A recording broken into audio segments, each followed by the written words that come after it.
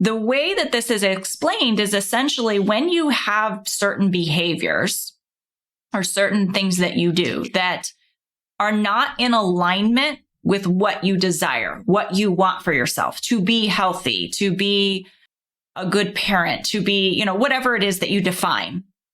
And then you have these behaviors that essentially are not supporting that. It's because there's this system of self-protection. Call it an immune system. And just like your immune system, you have this way that you operate to protect you from bad things happening. And so when you go and make the resolution that you're going to go to the gym 5 days a week, or you're going to eat healthy, or you're going to give up snack food, or whatever it is, or something, a business goal that you have, there are actions that you're going to need to take that unconsciously feel unsafe. And so what happens is you unconsciously go back to your comfort zone in order to stay safe. And so we call it an immunity to change. It's much like an autoimmune disorder where this thing that was supposed to keep you safe actually starts to self-sabotage. It starts to attack itself, just like an autoimmune disorder.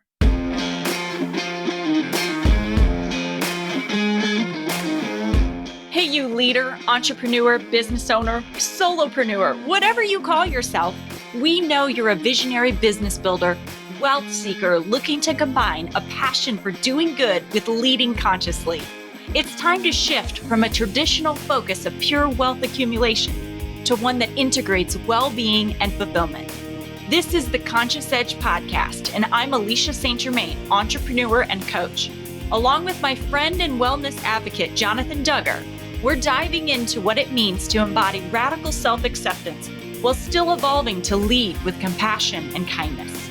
We're sharing our own experiences and expertise as we unpack imposter syndrome, perfectionism, procrastination, and all the other things that lead to burnout and keep you from experiencing pure joy, business growth, and maximum impact.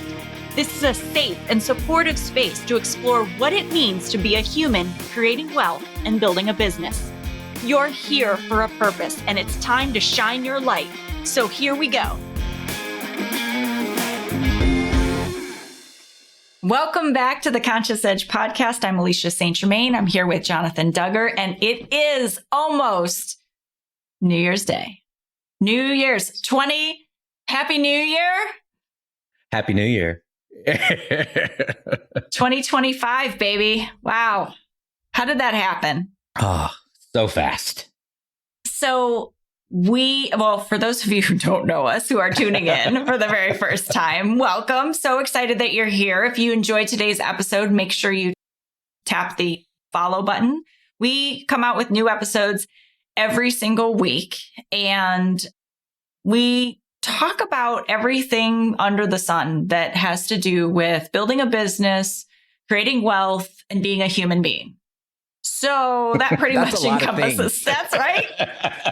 So many things. So many things. So in my company, I work with women, mainly entrepreneurs and real estate investors, although any men that are interested in doing this kind of work, doing the kind of coaching work that I do work with some men as well. And so I help with any kind of burnout, and a lot of the women that I work with are really interested in doing more in the world. They want to create an impact. They have businesses that they have built, but they really are taking it to the next level. And the way that they're doing it isn't sustainable. They're wearing too many hats, doing too many things, and it's creating a level of burnout. Jonathan, I actually got a question recently of, what do you do and how do you help people? That's a great question.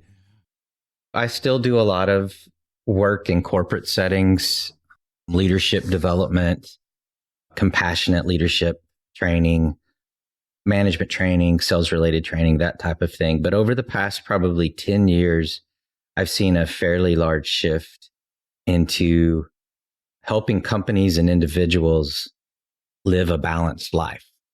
And sometimes that's primarily business related initially, but often the imbalances become very apparent and they're more related to relationships and communication skills and following a wellness approach to a business or life. So I've started telling people when they ask me that question, my elevator speech, that makes me think of Diane Bowman whenever the elevator speech comes up, that, is I try and help companies, groups, and individuals live in a more balanced way, be healthier and happier, and finding joy in every day. Ooh, that rhymed. I just wrote a haiku or a poem.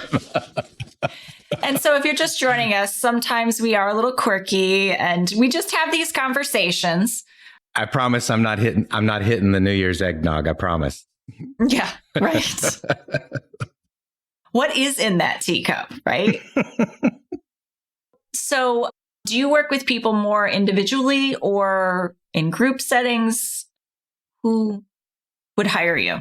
I do still do some individual coaching, and I keep my licenses current, so I still do some therapy, and mostly pro bono, but I still do some therapy and some things more on the assessment side of psychology. But I would say since COVID, I've done more individual work than I have in quite a few years. And I'm fairly selective in terms of time commitment for individual work, but I do still do some of that. Also, I guess I should mention, I do some business coaching as well with entrepreneurs and small business owners that are trying to grow. So looking for ways to help them grow in a efficient and profitable way that aligns with who they are and what skills they bring to the table, what experience they bring to the table. But I do still do some of that. Which makes perfect sense. And we're doing more with retreats now and taking some of the things, because you and I are so aligned in what we believe in what business really should look like, and not to should on people, but like, what we believe it should look like. Redefining success. Yeah. Redefining success. Yeah. Redefining success and wealth, and doing it in a way that aligns to life. So as it is New Year's, and some people set New Year's resolutions. I've seen recently some people don't set resolutions because there are some people who actually realize that that's not actually super effective, the way that they set resolutions. And we'll get into why that is. But I've also seen people come up with their word of the year. Have you thought about what your word of the year is? I haven't, but I could probably say that it's not the word related to the word balance. Balance. Yeah. Yep. I'm personally and professionally making a lot of changes. So I'm trying to do that in a very mindful and balanced way. Maybe it's 2 words, mindfully balanced. Mindfully balanced. Yeah. So I think for going into 2025, I'm going with strategic. Oh, I like it. Strategic. So it's, there's an element of mindfulness for it for me. And being strategic is, and I think I've always been strategic, but laying things out in a way that I had this thought the other day that I would love to be the kind of person that if you knock on my door, I will put a cup of tea on and we will talk for as long as you want to talk about whatever you want to talk about without me freaking out about everything I have to do on my to-do list. And I was like, okay, so what would it take if that was to be true? And so this is about intention setting, right? And having a vision. Mm-hmm.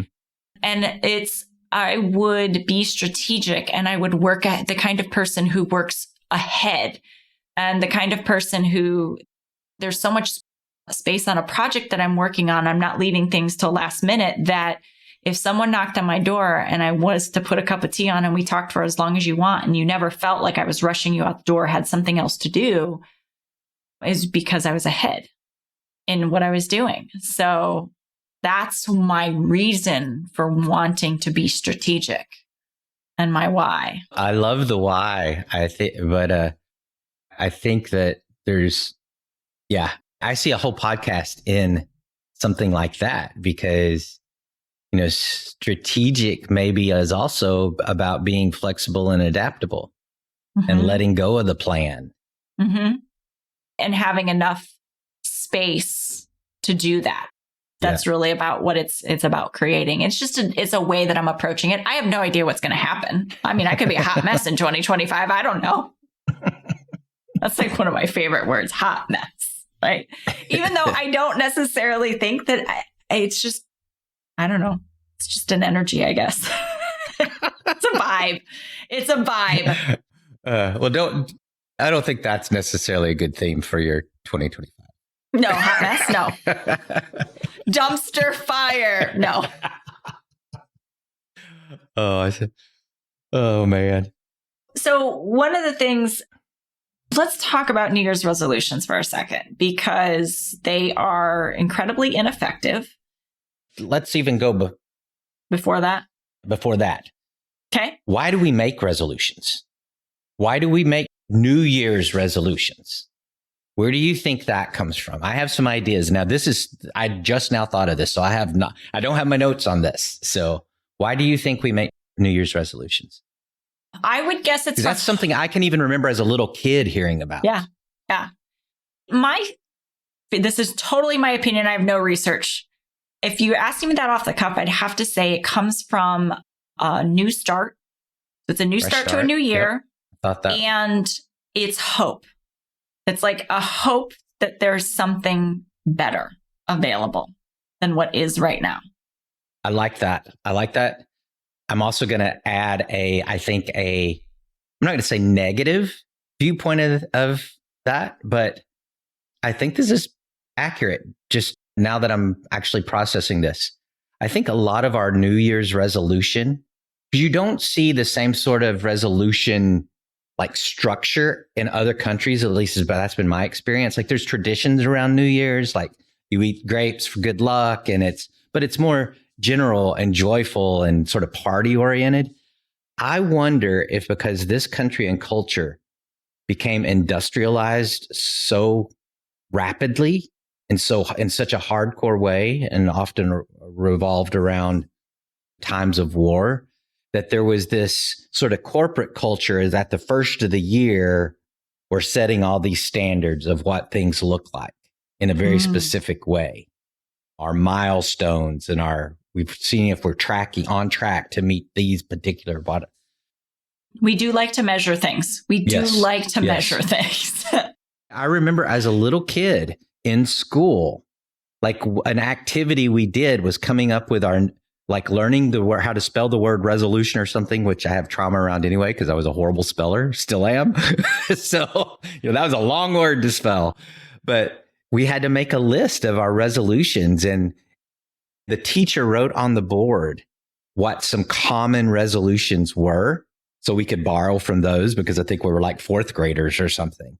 But very early on, in those formative years, being primed that this is something we do at New Year's, but no information around what we're actually supposed to do after. Yeah, exactly. The whys, and then the how to make resolutions actually stick.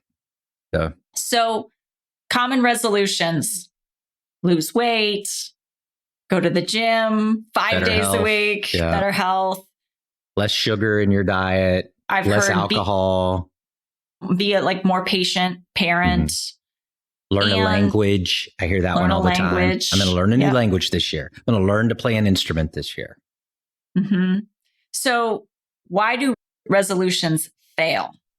And here's what my training, and this is really where Jonathan and I, one of the first, I don't remember, we went to a training called Immunity. It was an Immunity to Change Facilitators Alecia and I went to Harvard. Alecia and I went to Harvard. You're so funny. So Immunity to Change is a methodology, a coaching methodology that I discovered. And it talked specifically in the article about why we do not keep our New Year's resolutions. And so it made a ton of sense to me. Jonathan and I ended up going to these two Harvard professors that created it. You've heard me, if you followed the podcast, you've heard me talk about it before. So we went to Cambridge and we sat in this facilitators workshop to learn how to map out why change is so hard. And essentially at New Year's, we want to do something different. We want to change things. And so we come up with a new goal, a resolution, and then I think most people fall off within the first couple of weeks. 90%, depending on which study you look at, between 80 and 90% people fail within 30 days. Within 30 days. So the way that this is explained is essentially when you have certain behaviors or certain things that you do that are not in alignment with what you desire, what you want for yourself, to be healthy, to be a good parent, to be, whatever it is that you define. And then you have these behaviors that essentially are not supporting that. It's because there's this system of self-protection, call it an immune system. And just like your immune system, you have this way that you operate to protect you from bad things happening.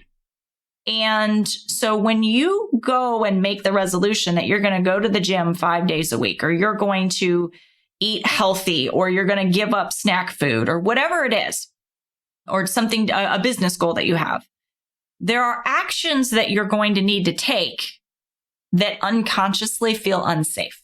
Like they're not going to meet a core need that you have, whether it's being a part of a group, or it's being seen as stupid, or being seen in a certain way, a whole list of different things that come up, not being able to connect with people.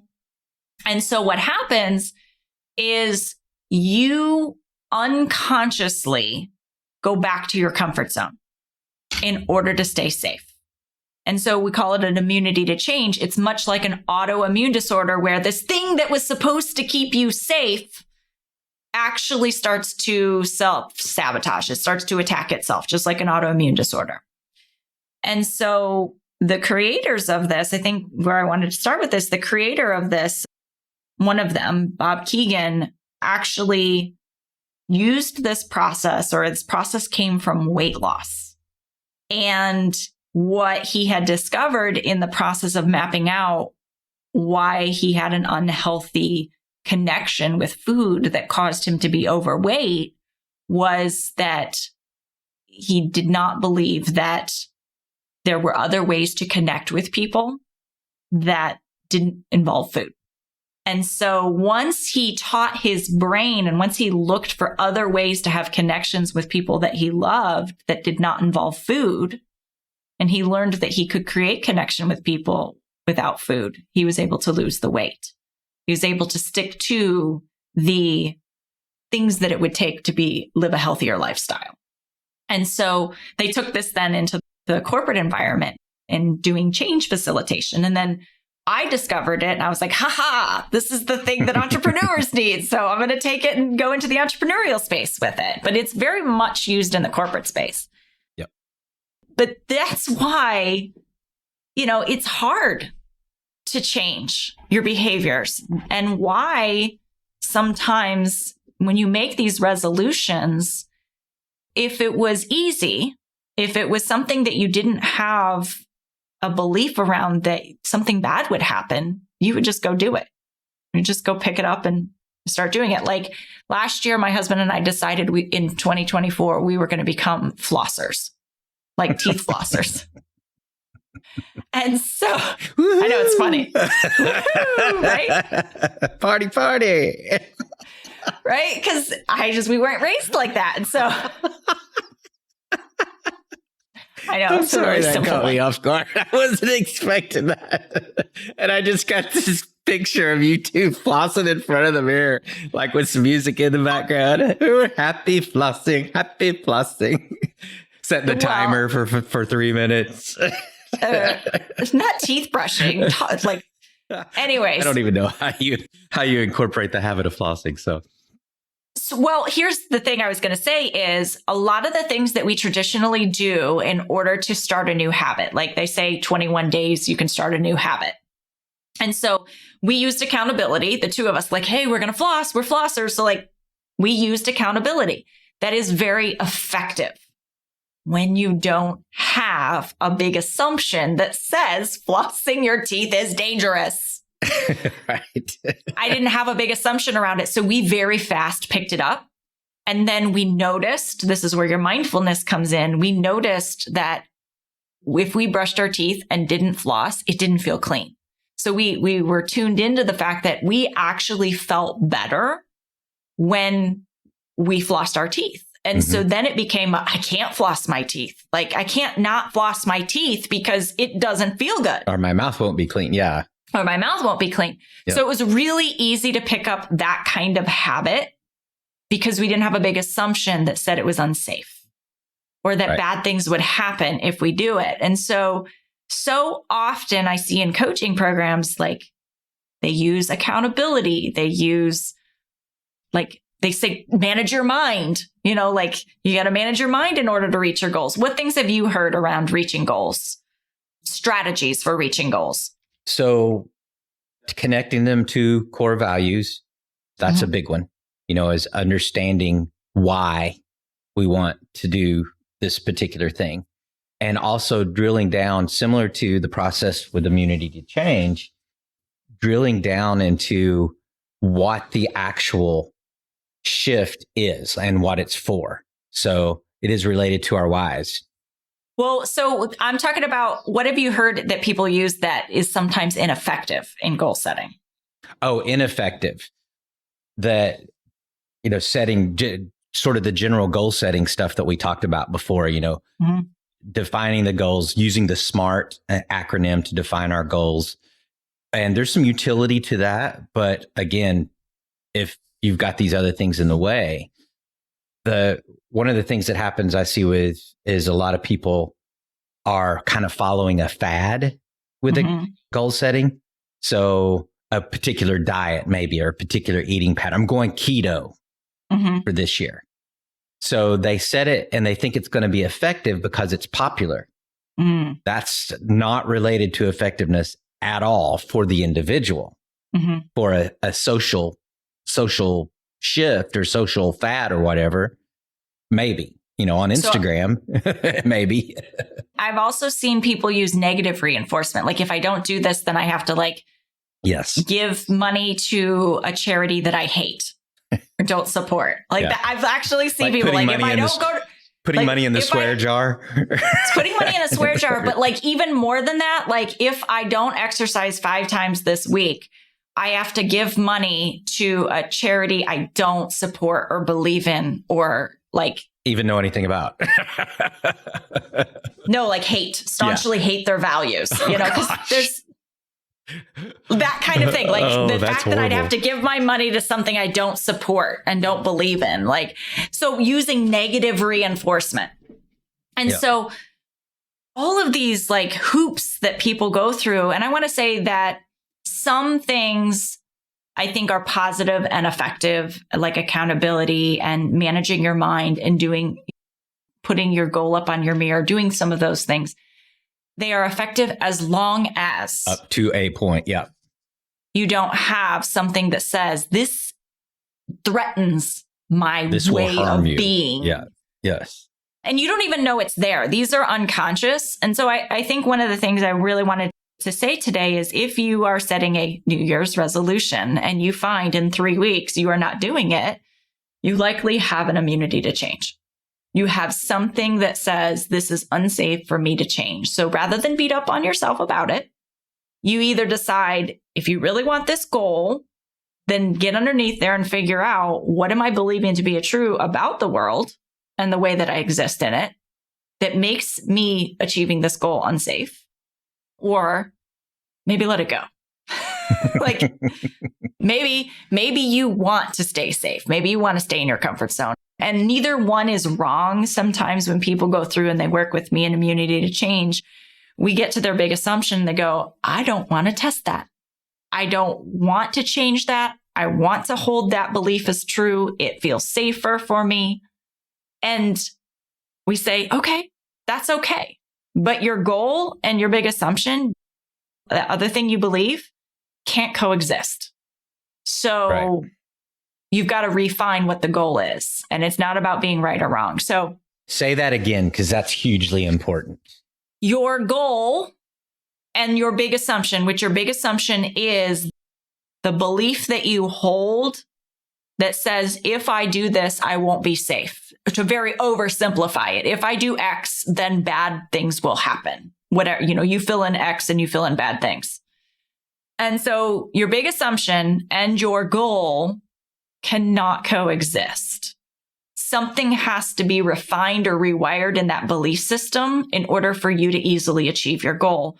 Or you keep that belief system as true and you let go of the goal, but you stop making yourself wrong for not being able to achieve it. And it's about alignment. And we talk a lot about alignment, right? So it's just about getting your big assumptions. And by the way, we don't just live without big assumptions. We just grow them. We change them. We adapt them as we play a different game. It's not about one right way, or it's just a refinement process. So that would be one thing I wanted to say on New Year's resolutions is like, fine, have them, go after them, get them, but also don't beat yourself up if it's harder than you thought. It's also a perfect opportunity to start practicing mindfulness, because learning to assess failure or the beginnings, the process of failure, because failure quite often is a process. Like we start out at the gym 5 days, then we go down to 2 days, and then we justify not going and we'll walk in the afternoon or whatever it is. We get off our goal in increments quite often. It's not a one or done. Utilizing mindfulness to step back without judgment and say, where's the disconnect?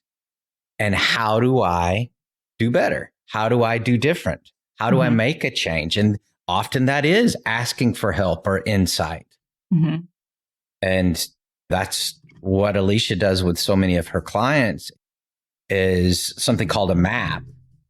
An ITC map, immunity to change map. And mapping is you could speak to it much better than I can, but it's the beginning of a process of discovery and uncovering, because it is a multi-layered thing that often holds us back from very important things that often are very important to us. Yeah. Part of our core value, part of our why that we're still not reaching. And I'm going to link in our show notes the previous episodes that we have done around, like, I think we did an episode, something like why your goals are sabotaging you, or something like sabotaging your dreams, why your goals are killing your dreams, or something like that.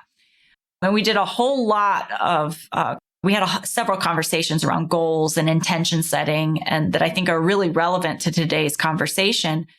But I love what you just said about failure almost being the starting point.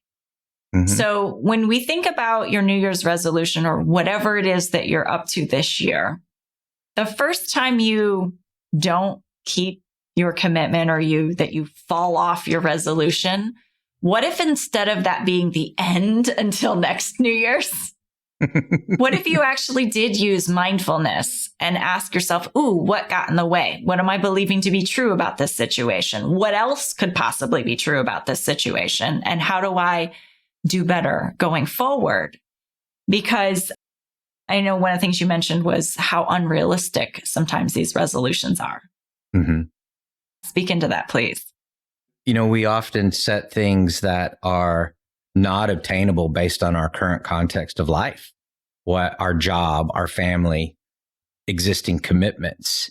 So we start way too big, and we don't think about things it's like all or nothing sort of approach.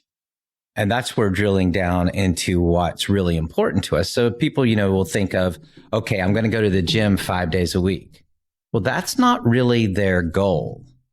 That's not. The resolution should look more like, I want to live a healthier lifestyle. Now, how do I go about that?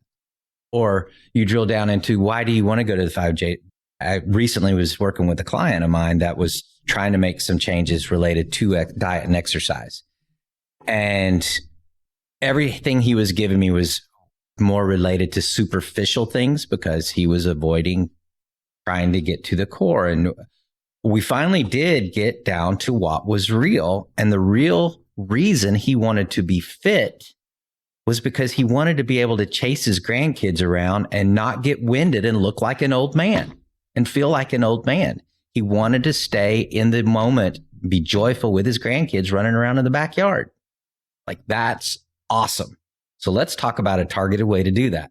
You going and lifting weights and going to a martial arts class are probably not helping you maximally for that. And it's not realistic to your schedule. So people set these very high expectation, unrealistic goals that aren't in alignment, are the best alignment with what they're truly after. Mm-hmm. Yeah. I think that's powerful when we put it back to intention and thinking of all the ways that it could be achieved. And that's when I say, like, what else is possible? How else can this be done? And I oftentimes see people, like, there are some people who don't like to go to the gym. There are some people who can't not go to the gym. I am not one of those people. I do not love to go to the gym. I do not like to work out. I always feel cruddy, like the whole marathon thing. I'm like, my husband's so cute. He goes, marathons for me are like doing two things I don't want to do: running and paying to run. Running excessively long distance. I used to do that. So I can relate. But here's the other thing I learned. So we did our DNA, our whole family's DNA with the DNA company. And so we pulled our DNA from a perspective of how does your body work and process oxidative stress and vitamins and minerals and all this stuff. And what I learned was my body actually does not process oxidative stress well at all, which is why when I run, I feel horrible. Like, I need to go take a nap and it's going to ruin my day. I don't get up and go, oh, I'm going to go for a jog and I'm so energized and I operate better. My brain physically goes, let's go take a nap. I'm time to shut down. So it was recommended for me not to run, to actually have a majority of my exercise be more in the weights and strength training, as opposed in a very small portion of it being cardio. And at that it only let my heart rate go to a certain level. And I was like, oh, that makes so much sense. So when you mentioned like things based on fads, instead of what intuitively, I'm not saying you have to go pull your DNA to know how to work out, but I'm saying intuitively, though, you also know what makes you feel good and what doesn't make you feel good. And so setting these New Year's resolutions based on what you should be doing societally makes no sense. Exactly. But that is one of the most common approaches for, the fourth grader picking their list. Here's the common ones. Let's put them on the list. Yeah. The last thing I want to say is whatever you pick as your New Year's resolution or your goal or whatever it is that you're working on, this is from an energetic standpoint. So do not be surprised if you are given the opportunity to practice what it is you have set the resolution around. So perfect example, I have heard that you want to be a more patient parent. And whatever you wish for or set your intention on is exactly what I believe you're going to be given opportunity to do. So I don't think it's going to make your year easier to wish to be more patient, because you're going to get a lot of opportunities to be patient. Exactly. It's how do you acknowledge and utilize those opportunities to be as effective and as positive, as helpful as possible. Yeah. So I just wanted to make mention of that when you're thinking and reflecting. Words have so much power. You're big on neuro-linguistic programming, but energetically, it's just something I've noticed. It's not something I can necessarily explain. But have you experienced that? Whatever you focus on is what you get a lot more of? Oh, yeah. There's, the law of attractions is related to that. And, again, that's one of those things that's been turned all magical and fluffy, but it's physics. So when we are applying energy in certain ways, we notice more, our perceptions change, our context changes, people around us shift. And I like to think of it as the universe handing us an opportunity or a gift to, or a challenge to learn more, grow more, highlight more. Yeah. Sometimes in an uncomfortable way. Yeah, for sure. Didn't you do an episode on the ITC process or? Yeah, I'll link it here. It was one of the, I think it was like episode 5, why we self-sabotage, or maybe it's 6. I have a feeling that a lot of folks are going to want to dig deeper into what immunity to change and what that's all about. Yeah. So that's in episode, it's 5 or 6. I'll make sure it's linked in the show notes so you can dive into it a little bit more. But yeah, so I think what I'd leave people with, or what would be something that you want to leave people with, Jonathan? I always take the last word. Well, just you can't set realistic goals without understanding your core values. So being brave enough, making enough space and time to do some self-work and understand better what drives you, and asking for help from a coach or a therapist if needed to do that, because it can be challenging. But if you really want to make lasting change, positive change last, then it has to align with your whys. It has to align with your core values.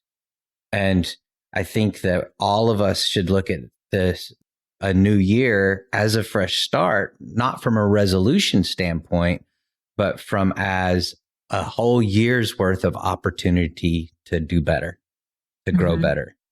And I'm trying to hold myself to that, where it's all an opportunity. Even the crappy stuff, it's an opportunity to grow. It's an opportunity to learn and be mindful in a mindful way that steps out of judgment and focuses on growth. And we don't grow in those moments where everything goes right. We grow in the moments where it doesn't. Exactly. That's the thing, is there's just, I don't know, anything worth doing usually has a challenge around it. So it's that grit and resilience. And yeah, so be mindful of how you set your goals, right? Be mindful in how you're setting not your goals, your resolution. Mindful planning and how you set your resolution. And mindful balance. Yeah. You know what and today is my anniversary. Did you know? You know that. But Happy I mentioned anniversary. that last week. Thank you. We're recording this completely a whole month prior to this. So it's very strange for us to pretend like, oh, it's my anniversary today. Yeah, I should have wore a little party hat and had one of those noisemakers just to try and get in New Year's mode. So I am at this moment that you are maybe potentially listening to this, getting my hair cut, getting ready to go out on a date with my husband.